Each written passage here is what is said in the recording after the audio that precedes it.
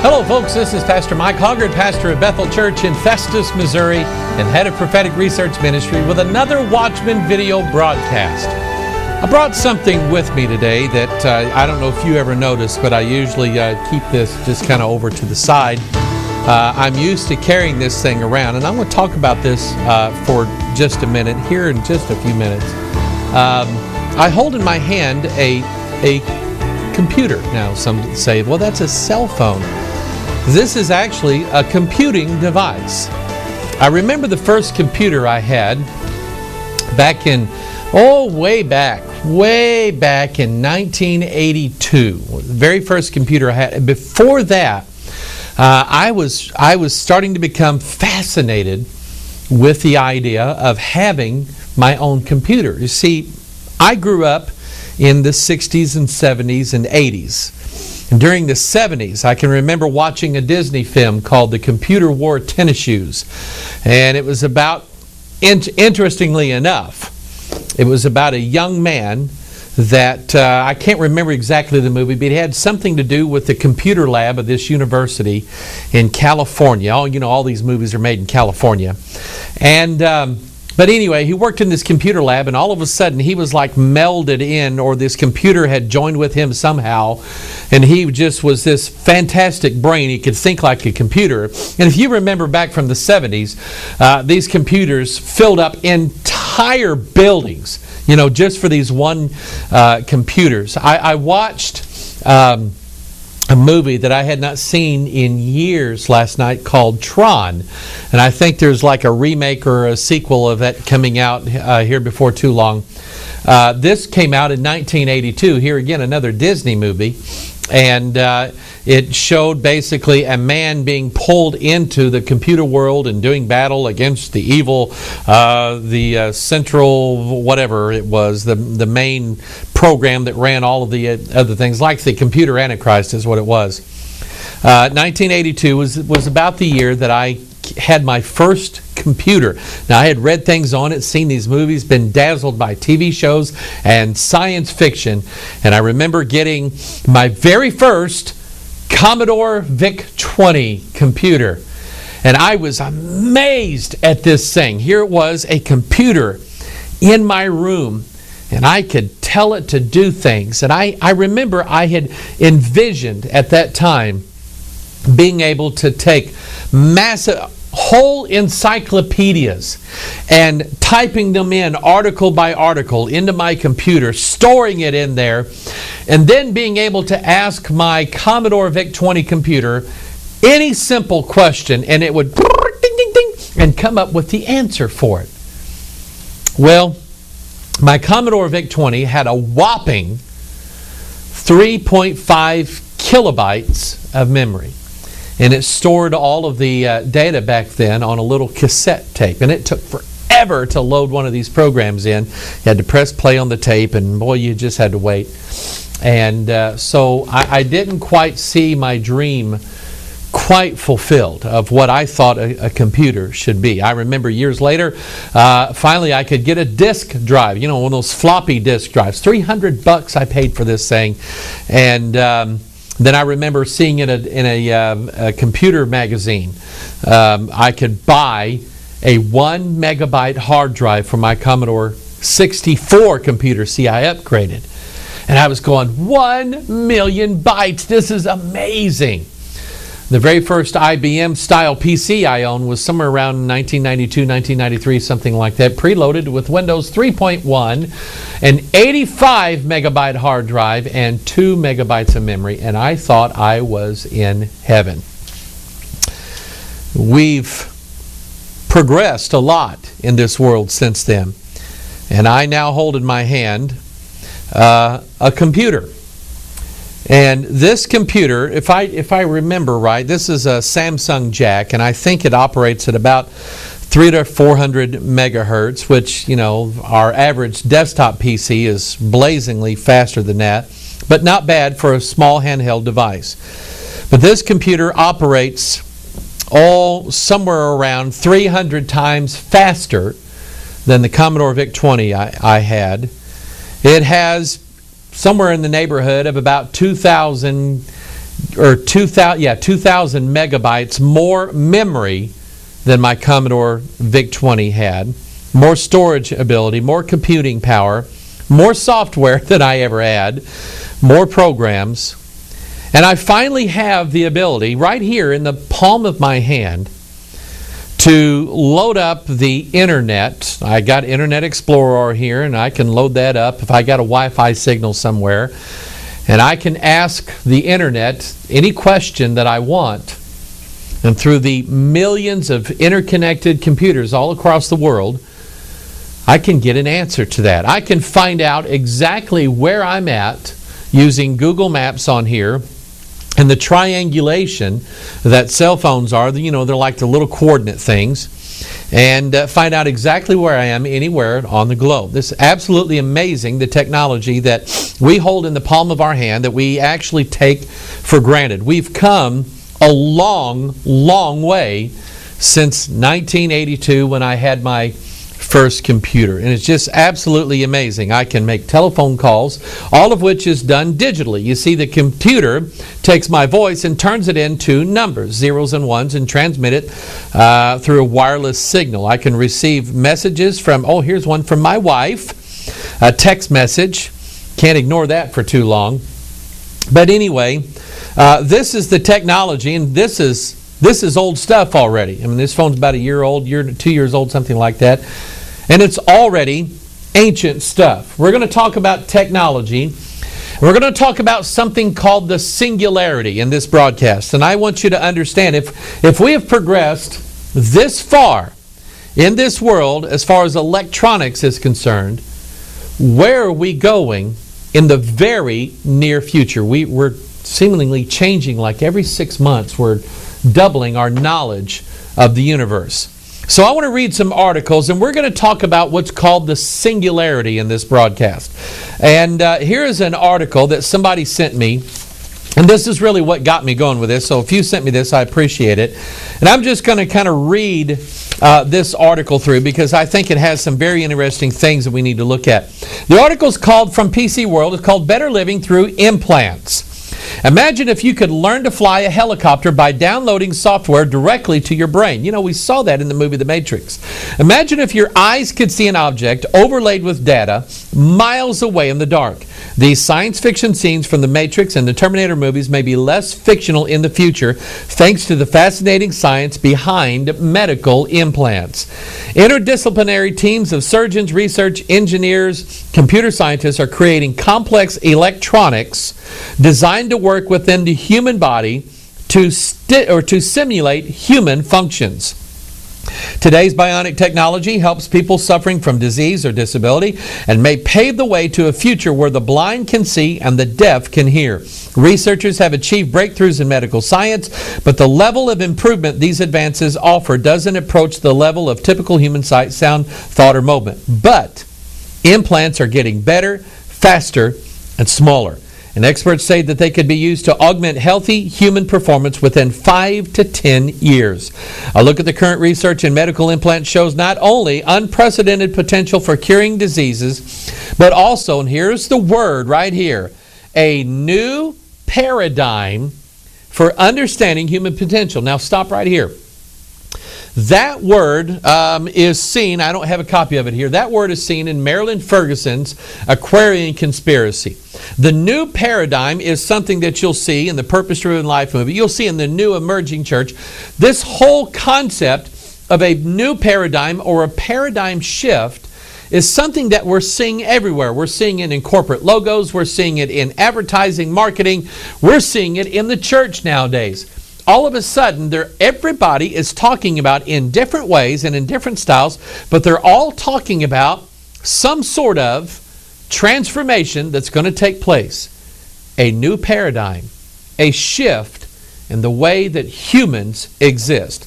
The article talks about having bionic eyes. I don't know if you remember the $6 million man. He had bionic eyes. We're on the verge now of creating an interface between the human eye and the brain that would allow people with faulty eyes not only to see, but we're also on the verge of allowing people who can see normally the ability to see beyond human limits. This is where we're headed. The article talks about brain-computer interfaces, giving people who cannot speak the ability to speak. Brain implants, body implants, the article talks about. Performance-enhancing body implants, so that there is a fusion of technology and humanity. This is part of what is known as the singularity. Now, I'm going to read you an article about what the singularity is and what it involves. And I know not everybody is technically minded. I kind of am, but there's some things that I don't get. I mean, I use technology. I mean, I'm using my cell phone here. I'm using a microphone here hooked into a digital camera. This camera is taking my image and my sound, and it's converting it into zeros and ones. And when I get done, I'm going to take this and download it into my computer.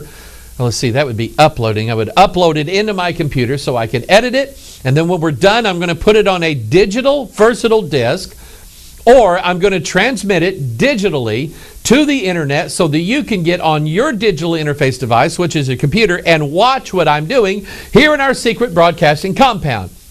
We are using technology everywhere, but this technology and people's understanding of what we're able to do with the smallest and simplest devices is growing exponentially. And it's leading to the part of human evolution that they call the singularity. Let's look at this article. What is the singularity, and will you live to see it? If you read any science fiction or futurism, you've probably heard people using the term singularity to describe the world of tomorrow. But what exactly does it mean, and where does the idea come from? We answer in today's Backgrounder. The term singularity describes a moment when a civilization changes so much that its rules and technology are incomprehensible to previous generations. Think of it as a point of no return in history. Here again, a paradigm shift. Most thinkers believe the singularity will be jump-started by extremely rapid technological and scientific changes. These changes will be so fast and so profound that every aspect of our society will be transformed, from our bodies and families to our governments. Remember, we are living in an age right now where we have a president who campaigned on the idea of transformation, fundamentally transforming the United States of America. We're looking at churches now that are promising transformation to everybody, and these are usually outside of the cross of Jesus Christ. We're living in a world right now where we can literally see the transformation of everything in this world into a completely new world order. That's what the singularity represents. The article goes on to say a good way to understand the singularity is to imagine explaining the internet to somebody living in the year 1200. Your frames of reference would be so different that it would be almost impossible to convey how the internet works, let alone what it means to our society. You are on the other side of what seems like a singularity to our person from the Middle Ages, but from the perspective of a future singularity, we are the medieval ones. Advances in science and technology mean that singularities might happen over periods much shorter than 800 years. Talking about the singularity is a paradox because it is an attempt to imagine something that is by definition unimaginable to people in the present day. But that hasn't stopped hundreds of science fiction writers and futurists from doing it. Where does the term singularity come from? Science fiction writer Vernor Vinge popularized the idea of the singularity in his 1993 essay, Technological Singularity. There he described the singularity in this way. It is a point where our old models must be discarded and a new reality rules. As we move closer to this point, it will loom vaster and vaster over human affairs until the notion becomes a commonplace. Yet when it finally happens, it may still be a great surprise and a greater unknown. What technologies are likely to cause the next singularity? As we mentioned earlier, artificial intelligence is the technology that most people believe will usher in the singularity. Authors like Venge and Singularitarian Ray Kurzweil think AI will usher in the singularity for a twofold reason. First, creating a new form of intelligent life will completely change our understanding of ourselves as humans. Second, AI will allow us to develop new technologies so much faster than we could before that our civilization will transform rapidly. A corollary to AI is the development of robots who can work alongside and beyond humans.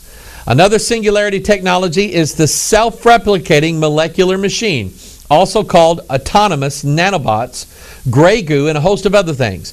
Basically, the idea is that if we can build machines that manipulate matter at the atomic level, we can control our world in the most granular way imaginable. And if these machines can work with their own. And finally, a singularitarian thought is devoted to the idea that synthetic biology, genetic engineering, we're going to talk about that, and other life sciences will eventually give us control of the human genome. Two world-altering events would come out of that one. We could engineer new forms of life and change the course of human evolution in one generation. Two, it's likely that control over our genomes will allow us to tinker with the mechanisms that make us age, thus dramatically increasing our lifespans. Many futurists, from Kurzweil to Stuart Brand to science like Aubrey de Grey, have suggested that extreme human longevity in the hundreds of years is a crucial part of the singularity. So in other words, this article is explaining to us that the things that we see going on right now, the rapid evolution of electronics and electronic devices and artificial intelligence, is one of these days, they say it's going to change all of the rules and then give mankind the ability to change his own DNA, to rewrite, as David said, in thy book, he's referring to God, all my members were written, which in continuance was fashioned when as yet there was none of them. David was describing, by inspiration of God, 3,000 years before Watson and Crick discovered the DNA double helix. David was describing the human genome, or DNA.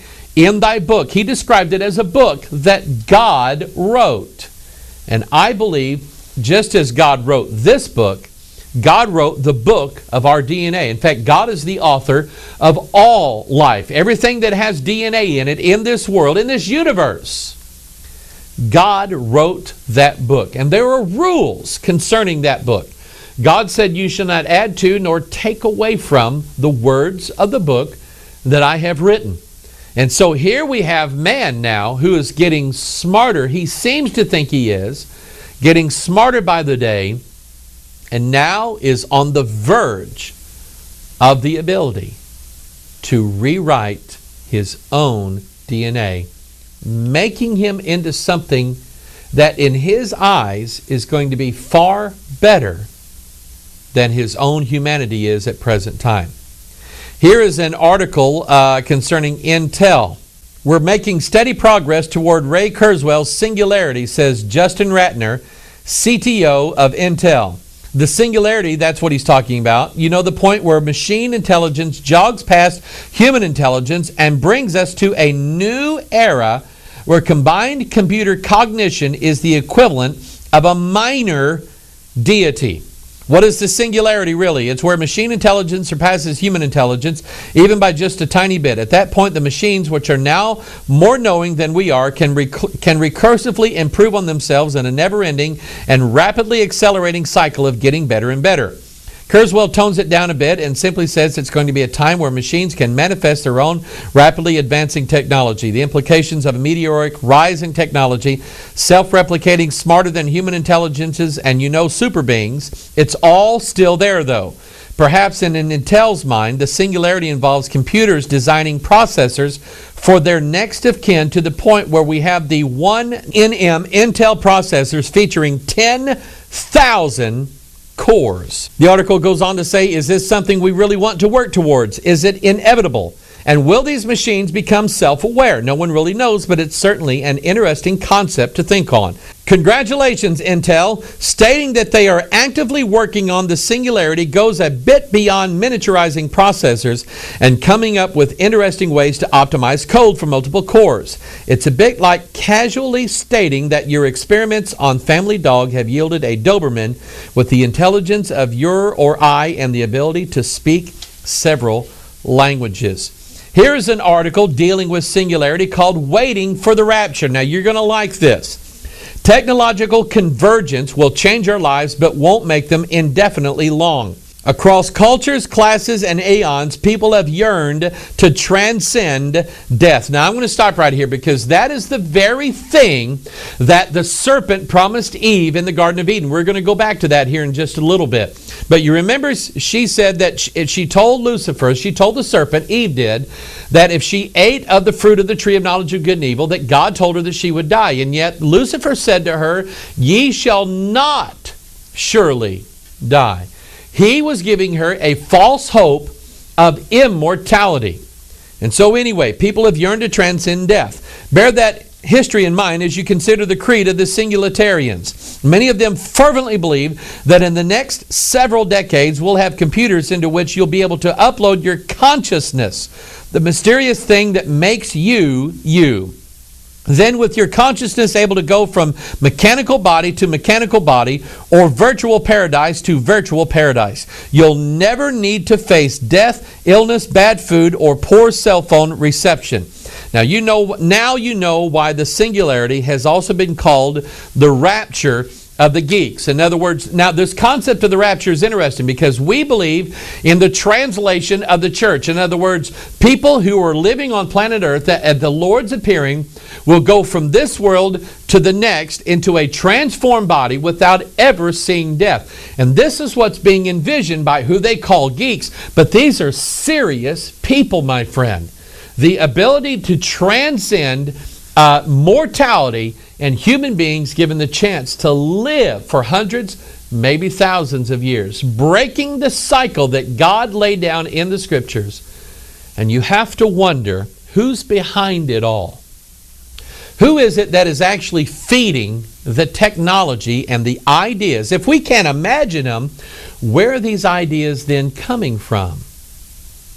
Think about familiar spirits and think about the inspiration that devils and demons have given mankind over the thousands of years that man has been on this earth. This is what we're dealing with, people. Mankind transcending humanity to become a God. Here's an article called Signs of the Singularity. Hints of the Singularity's approach can be found in the arguments of its critics. The article talks about the AI scenario, or the artificial intelligence scenario. We create superhuman artificial intelligence in computers. The IA scenario. We enhance human intelligence through human-to-computer interfaces. That is, we achieve intelligence amplification. The biomedical scenario. We directly increase our intelligence by improving the neurological operation of our brains. Now, I want to stop right here, and I want you to think about something for a minute. I want you to think about what it is that you had for breakfast 3 days ago. It's kind of hard to think about that. It's kind of hard to remember. We know we did. We could kind of remember 3 days ago, but to remember what we had for breakfast or what song we were listening to on the radio 4 days ago as we were going to work or we're going to the store or going to whatever. And yet, with the Singularity in place, with the ability to implant devices into the human brain that would record every single thought, action, sense that we have so that we could draw from them in a near perfect way and remember every single thing that we experienced in life. This is what we're talking about, the ability to become godlike in our perceptions. He talks about the internet scenario. Humanity, its networks, computers, and databases become sufficiently effective to be considered a superhuman being. In other words, a superhuman being would be the entire collective of every computer that's linked into the internet. And here it is. Here's an interesting, this is what really got me going. It's called the digital Gaia scenario. The network of embedded microprocessors becomes sufficiently effective to be considered a superhuman being. Look at this website called the Digital Gaia. This is about digital creations. I think this is a company that does graphics for people and so on. But it's called the Digital Gaia scenario, or the Digital Gaia effect. And what is Digital Gaia? Gaia, if you remember from our study on the goddess, Gaia is the spirit that connects all living things. She is the mother and protector of them all. So I want you to get this idea. In fact, if you saw the movie I, Robot, you saw the digital Gaia. When they went through the whole scenario in I, Robot of who was guilty of taking over all the robots and making them these evil drones that did the bidding of this super intelligence, when they found out who was behind all of this, it was a female artificial intelligence. This is the Gaia syndrome. She was and had interconnectivity with all of the electronics all over the world, especially the robots, and she made them do their bidding. She was in charge. Now we understand from the Bible, this whole Gaia thing is her real name is Mystery Babylon the Great, the mother of harlots and abominations of the earth. She is the one responsible for bringing all of the world governments together as one. She is the one, because of her ability to interconnect everything. This whole concept of Gaia worship is that you believe that the Mother Earth gives life to everything, and that we're all brothers and sisters. You know, all the little plants and all the little animals and all the little humans. We're all children of this one mother who connects us and brings us all together. Isn't that nice? The Gaia concept is the concept behind bringing all of the churches and all of the world's religions together in one religion, worshiping the earth, goddess, Diana, Gaia, Mystery Babylon the Great, the mother of harlots and abominations of the earth. And I'm going to show you this connectedness by a new thing that's coming out for Xbox here in just a little bit. Freemasonry talks about the brotherhood of all mankind. In other words, they're longing for the day when men will truly be unified. They will be uniform. They will all be the same. I'm talking about the brotherhood of mankind. I want you to notice this out of Revelation chapter 17, which gives us a description of this Gaia syndrome, Mystery Babylon the Great. Notice what it says. There came one of the seven angels which had the seven vials, and talked with me, saying unto me, Come hither, and I will show you the judgment of the great whore, that's Gaia, that notice that she sitteth upon many waters. What are these waters? Revelation 17 verse 15. And he saith unto me, The waters which thou sawest where the whore sitteth are peoples, multitudes, nations, and tongues. In other words, it's showing here that she is the one that is uniting everyone together by her domination. When you sit on something, you dominate it. She is dominating over every critical aspect in this world to bring it all together as one. And so the Gaia concept in this digital world is that we have all of these devices in the world that are interconnected. Devices in even the most mundane things like refrigerators and televisions and satellite boxes and your cars and your cell phones and your iPods. It just, for some reason, every new gadget now that comes out has to have the ability somehow, some way of connecting with everything else. This is the new paradigm in electronics. And this is the Gaia concept, so that when all of these devices coming together, the hypothesis is that they themselves will be some sort of new super being, almost godlike. This is a scary world that we live in. Because while these futurists imagine that this is going to be some kind of great way of making the world at peace and harmonizing with one another and everybody getting along, we tend to leave out one very important thing, and that is the fallen, wicked nature of mankind in his flesh. Mankind becoming a god in his mortal body will not be a good thing. It won't. Look at this article called The Energy Roadmap. IBM's vision of a smart planet expects sensors and software to launch era of smart infrastructure. Mark your calendars. The business case for smart infrastructure has been made by one of the world's biggest companies. On November 6, IBM CEO Sam Palmisano delivered a speech at the New York Council of Foreign Relations. Imagine that. Palmisano highlighted Big Blue's vision of a smart planet and the tremendous near-term opportunities in building out that global smart infrastructures for energy, water, information, transportation of people and goods. By the way, this is not just about being smart, it's about control. This is why this was done on the Council of Foreign Relations. This is about controlling every single thing that happens on the planet through this smart infrastructure. The Gaia syndrome is what it's called. Palmisano echoed a vision described by visionaries and futurists long ago of a digital planet. Now we might expect broader endorsements for smart infrastructure by mainstream businesses and policy leaders, especially in the United States under the Obama administration. We can also build more reliable forecasts and roadmaps based on expectations for investments. Remember, money is a big part of this. And application of technologies that improve the flow of traffic, more efficient energy grids, wider access to clean water and food, improved personal safety, and more secure information flows around financial governance and healthcare information. See, that's interesting because not part of the healthcare bill, part of the stimulus package that was passed by Obama in the Congress last year had a thing in it where there was all the medical records were going to be digitized, interconnected. And this is the goal of the New World Order.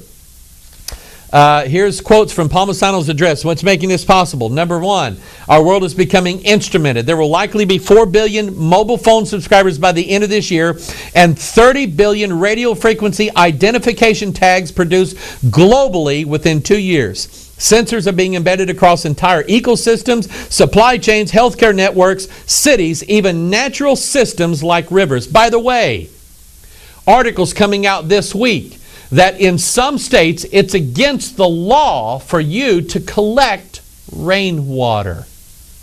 Because now the new paradigms, the new laws are gaining control of every drop of water that exists in the United States of America. How are they going to do it? Electronically.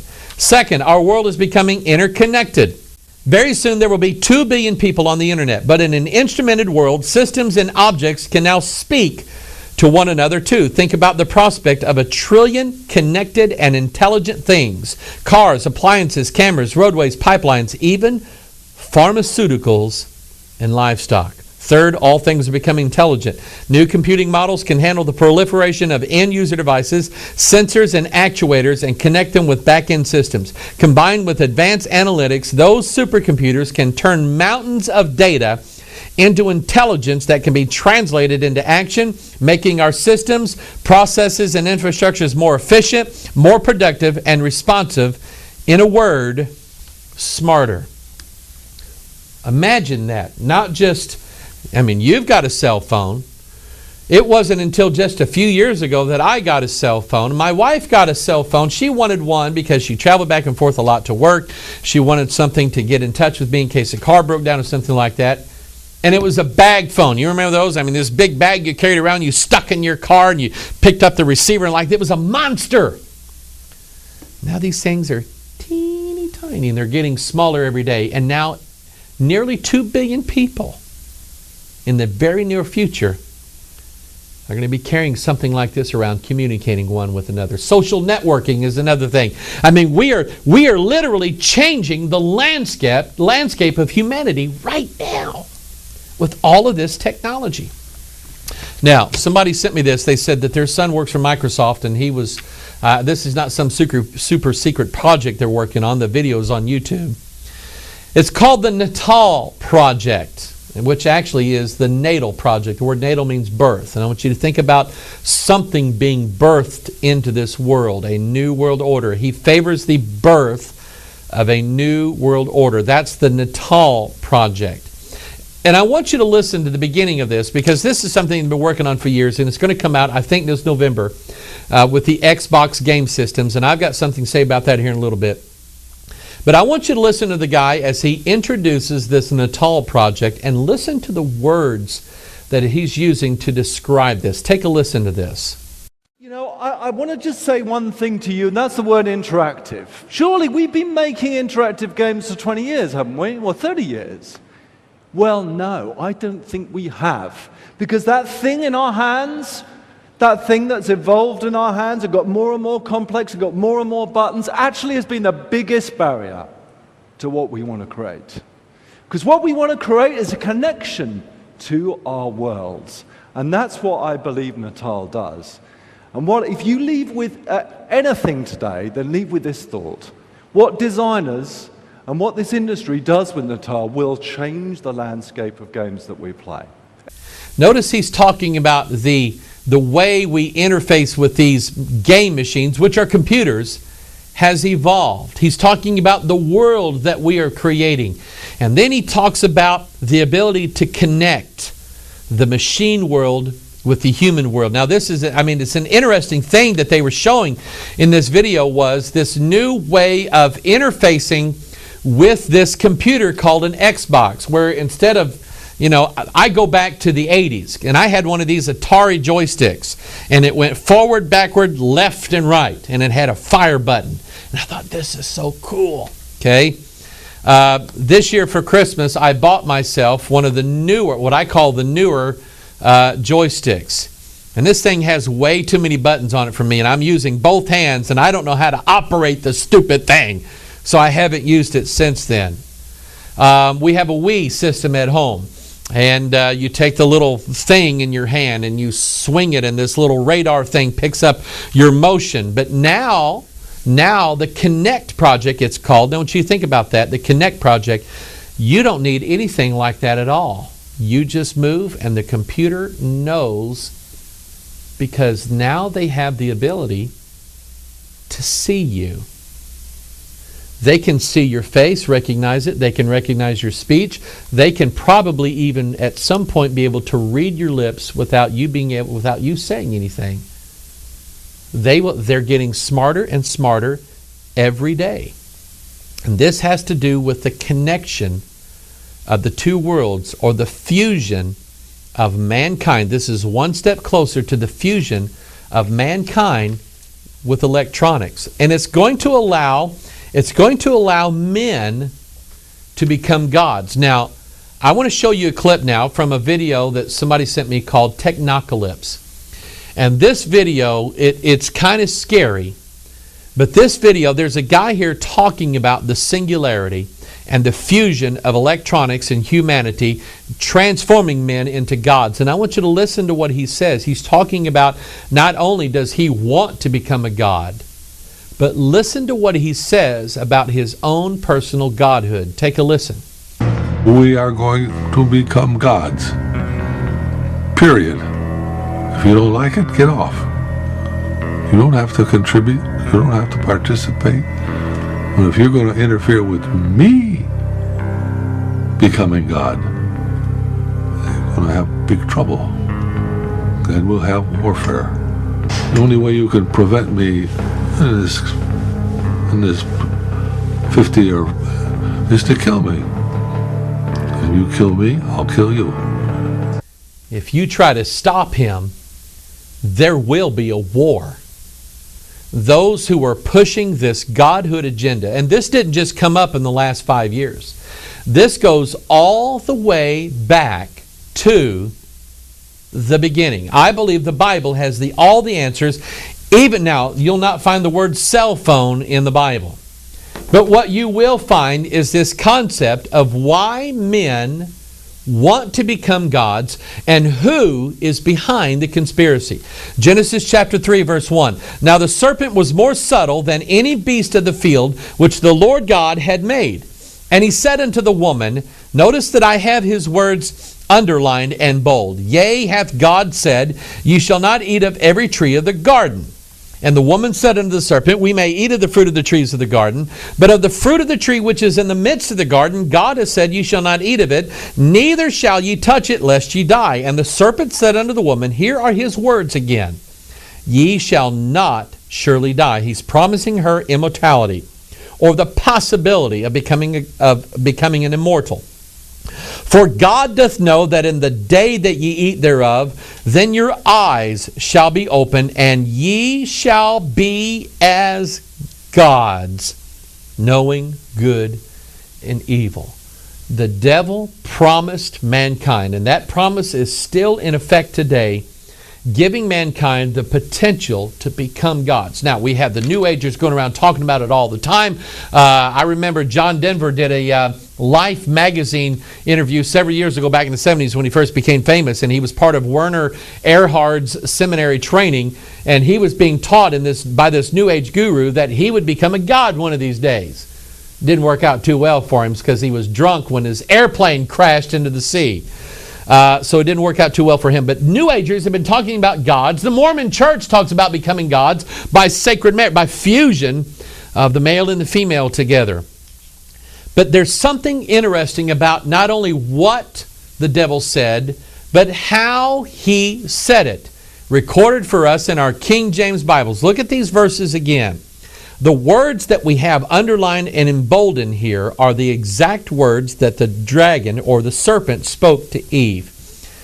You count the number of words here, you will have exactly 46 words. Now, if you don't know what that number is, I'll explain it to you here in just a little bit. Here is something that I'm going to add to it. Genesis chapter 11, because we are building a New Age Tower of Babel that is going to elevate mankind, into godhood, into the heavens. And so in Genesis chapter 11, they said one to another, Go to, let us make brick, and burn them thoroughly. And they had brick for stone, and slime they had for mortar. And they said, here it is, their quotes again, Go to, let us build us a city and a tower, whose top may reach unto heaven, and let us make a name, lest we be scattered abroad upon the face of the whole earth. And so you know the whole story of the Tower of Babel, how they were trying to achieve heaven or try to achieve godhood by their own efforts.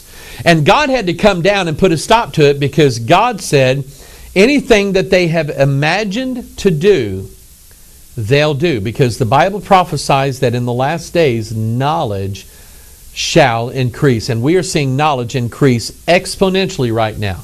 But the interesting thing here is in Genesis chapter 11, look at their words again. Here again, you have exactly 46 words that are being spoken here. What does that have to do with anything?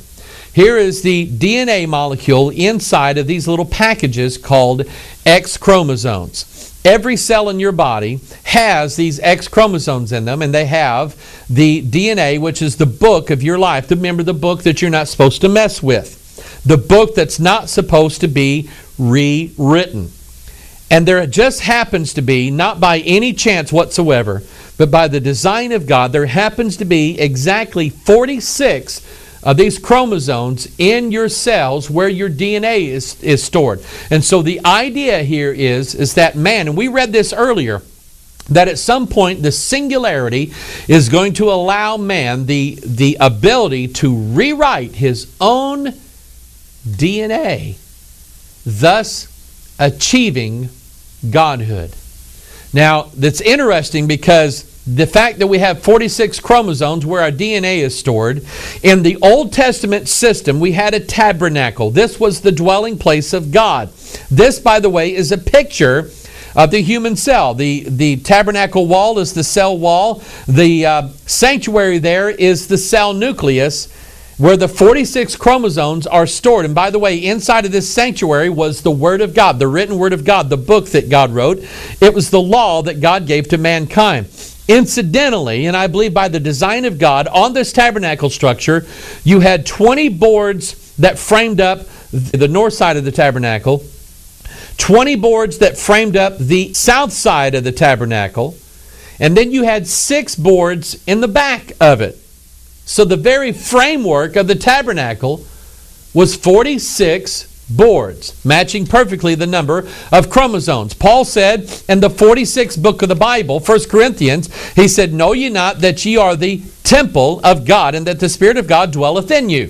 So God says literally that our bodies, every chromosome, every cell in our bodies is a picture of the temple, the tabernacle, the place where God dwells. And God said, if any man defile the temple of God, him shall God destroy, for the temple of God is holy, which temple ye are. So we're to be careful when it comes to the body temple that God designed and God created, not to augment it, add to it, or take away from it. Now I want you to think about that and what the temple of God is. So now we know what the temple of God is. It is our bodies. Let's now look at 2 Thessalonians chapter 2. Let no man deceive you by any means. For that day shall not come, except there come a falling away first, and the man of sin be revealed, the son of perdition. This is the Antichrist, who opposeth and exalteth himself above all that is called God, or that is worshipped, so that he as God, here it is, sitteth in the temple of God, showing himself that he is God. He literally, this Antichrist literally is going to reign on the inside of every human being, because that's what the temple of God really is. Let me show you this. Remember what those X chromosomes look like. Let me show you this in visual form. This is called the skull and the crossbones. Now in the occult realm, the skull is a symbol for death. Now I want you to get these because we have opposites here. Christ is the symbol for life. He's the Lord of life. The Antichrist, his opposite, then would be the Lord of death, or the symbol of death. And so the skull is a symbol of the Antichrist. So take a look at this image. We have the X chromosome featured by the crossbones, and we have the skull added to it. This is a picture of the Antichrist reigning inside of the very temple of God, our very chromosomes, right inside of our DNA. Something is going to be added to man's DNA. What does this have to do with the singularity? I want you to notice again this symbol, and then take a look at an electronics company called Singular Wireless. The idea that billions of people are now going to be interconnected. And you know, these are kind of cumbersome. Have you ever tried to drive and have one of these cell phones stuck in your ear? You ever tried to write something or hold on, hang on, I can't, or have you ever been one of those places where, hang on, I can't hear you. What? Kind of cumbersome. And cell phones sometimes really make me mad. But the technology is just around the corner to where this is not going to be here and here. It's going to be here and here on the inside of us. That's why this company was called Singular Wireless. Just this week, I saw this commercial, and several people sent me a link to this. Here is another wireless company, a company that is connecting everybody together through electronics, bringing us into the singularity, Verizon Wireless. And notice their new ad campaign is called Rule the Air. Now, several weeks ago, we did a thing on our Watchman broadcast about this new movie coming out called Avatar: The Last Airbender. By the way, Avatar is the fusion of gods and men together. And this airbender is someone who has power over the air. They can rule over the air. Where does that concept come from? It comes from the Bible, people. Ephesians chapter 2, wherein in time past you walked according to the course of this world, according to the prince of the power of the air, the spirit that now worketh in the children of disobedience. Folks, that spirit who is the prince of the power of the air is that spirit of Antichrist that is working right now through the children of disobedience. And here's another interesting thing. You go to Verizon's website and look at this whole Rule the Air website, and you have all of these people here who have these waves around them, or these halo images. And what is the image of a halo? It designates someone who has the sun god in them. It designates someone who is a god himself. Go back to this image. Look at it. These people all have halos around them. Hence, they have all become gods, and they have the power to rule the air. think again of this X chromosome symbol that we looked at with our DNA in it, and that being the focus of all of the conspiracies that we're looking at here. And now look at this game machine called the Xbox. And up until now, it really to me hasn't made a lot of sense why they named it the Xbox. Until now, this new paradigm, this new way of connecting with the computer world it was called the Natal Project or the Natal Project. Now it's called Connect, and the variant spelling has to do with kinetic energy and motion being what connects us with the computer world. And so already games and applications are being developed that make use of this new technology. And here's one. This is interesting to me. This is on the Connect line, and it's for the Xbox, and it's called Your Shape Fitness Evolved. How many other things in this world have to do with evolution and the transformation of mankind? By the way, take a look at the symbol located here, Your Shape Fitness Evolved. We're going to talk about that. What does this have to do with this idea of Connect? What is the truth behind it? The fact that the fourth kingdom that Daniel talked about. In fact, let's look at the scriptures here.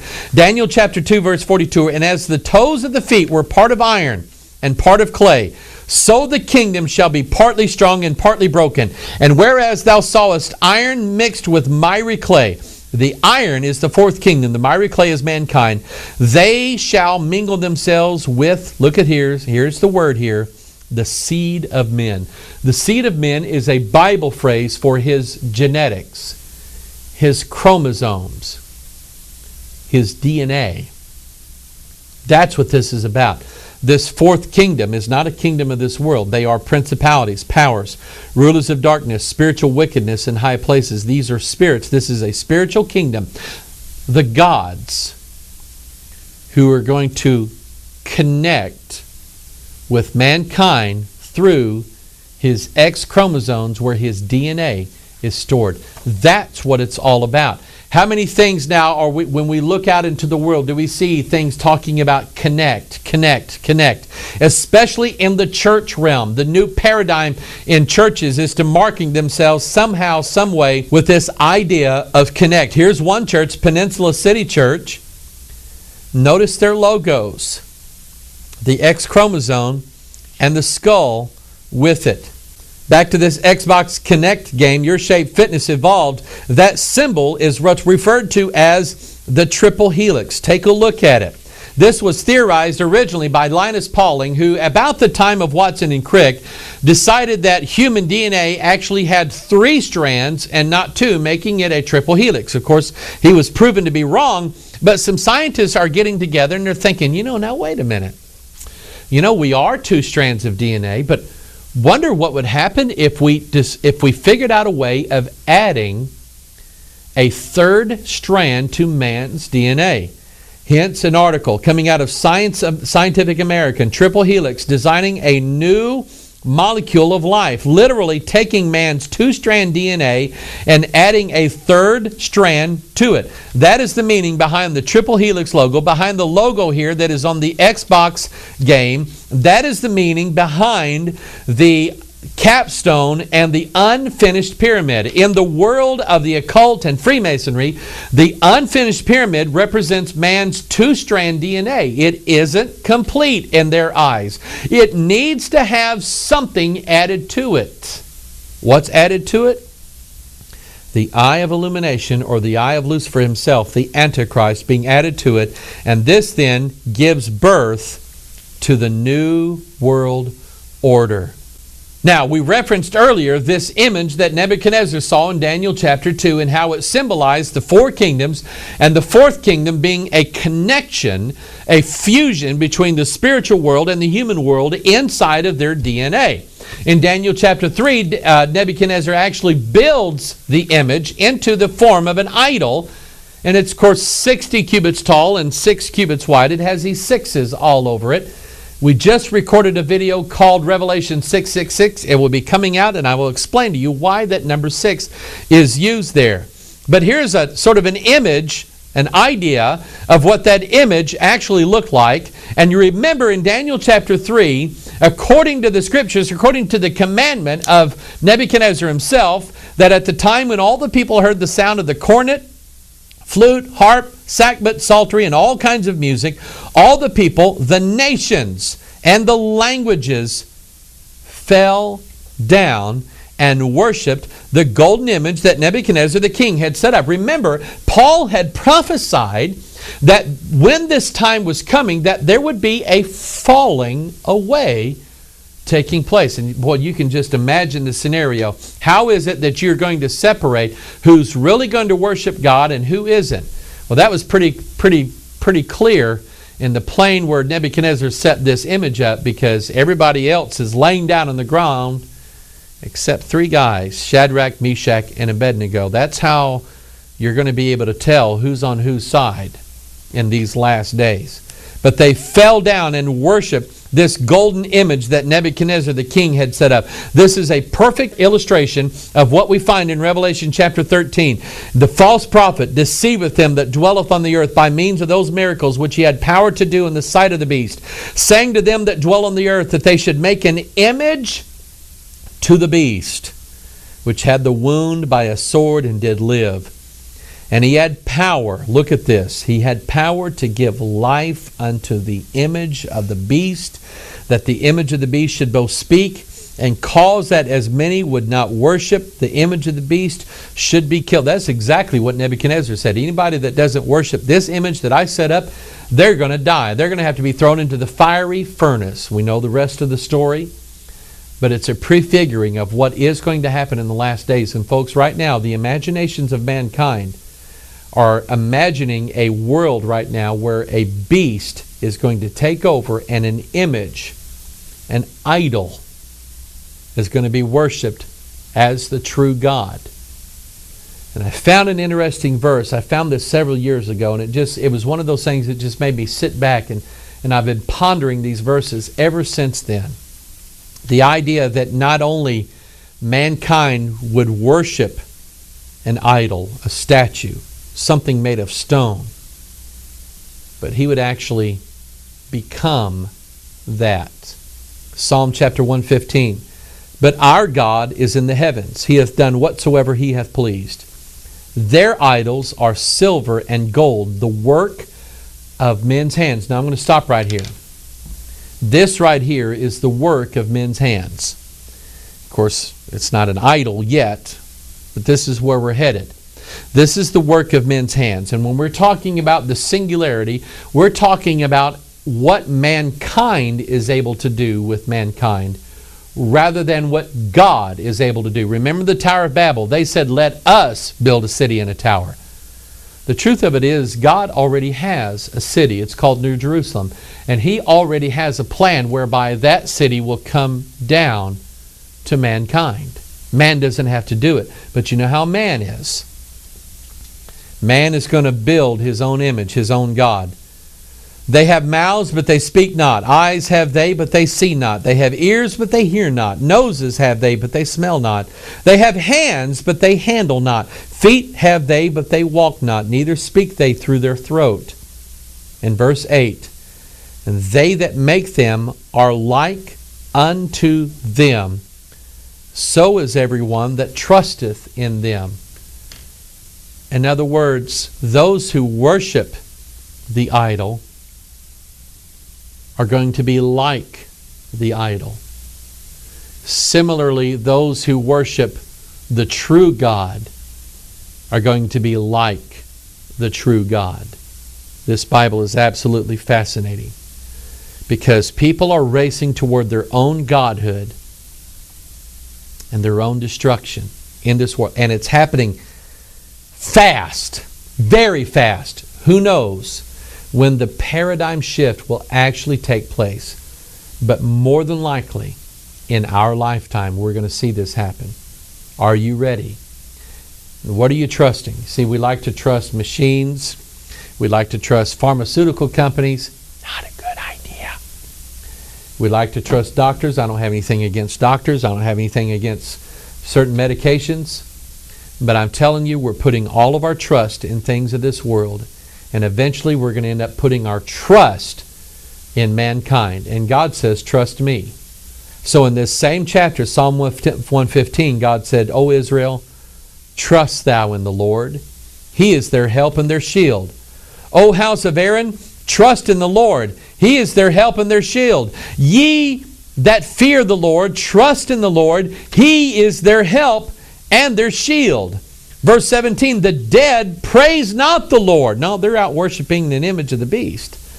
Neither any that go down into silence. But we will bless the Lord from this time forth and forevermore. Where's your trust? Where's your trust?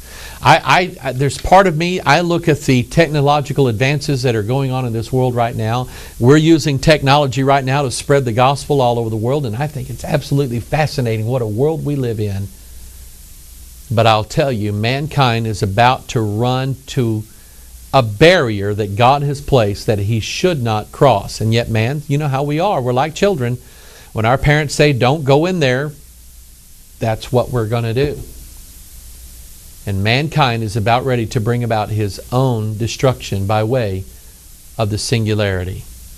I, however, and you, however, should trust the Lord. And here's what I mean by that. They're talking about giving the president and certain people in the world an off switch to the internet. And, you know, while that worries me a little bit in that we wouldn't be able to get our Watchman broadcast out, I can tell you that for thousands of years, people stood with the Word of God in their hand and they preached it without technology. I like to search the Scriptures on my computer, on my word search program, and look at it. But I will tell you that if I lost all of that tomorrow, I could still be old school here and just read the Bible. Herein lies my trust. What is it that you're trusting in these last days? We got our Watchman packets going out this week, and also we have our homecoming, August 6th, 7th, and 8th. Man, we have got stuff that we're going to be presenting here. I hope that you're able to make it. I hope that you can come down. If not for just maybe a day, you could travel here and you'd go back home. Be back in time for work on Monday morning. But man, we would love to see you here. And so I want to encourage you, try to make arrangements if you can to come visit us here at Bethel Church August 6th, 7th, and 8th. And we are looking forward to seeing you here. This is Pastor Mike. I love you. God bless you. We'll see you the next time on the Pure Bible Study. Bye-bye.